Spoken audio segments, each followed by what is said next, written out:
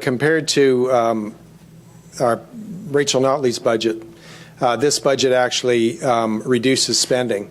And the previous government's budgets, even though revenues were flat, spending kept going up at a significant pace. What we have to do is we have to get to a balanced budget.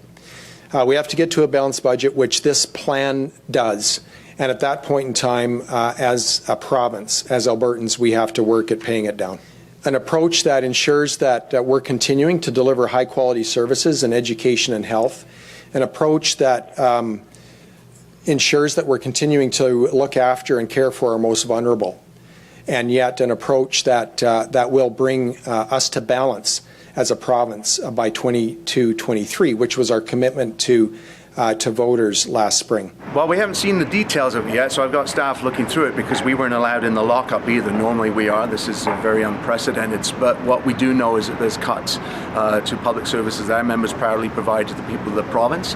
And these are services that are already under stress because they haven't been filling positions, they haven't been staffing up to the level of demand, and this is going to make it even worse. So our members are getting angry because all they want to do is be able to provide good services to the people of this province, and it's becoming harder and harder to do that. So we're concerned obviously about direct layoffs, and we'll be keeping an eye out for where those are.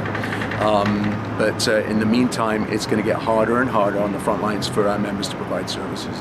Well, it's a new day in Alberta. This is, in my 10 years at CFIB, this is one of the most fiscally responsible budgets I've seen.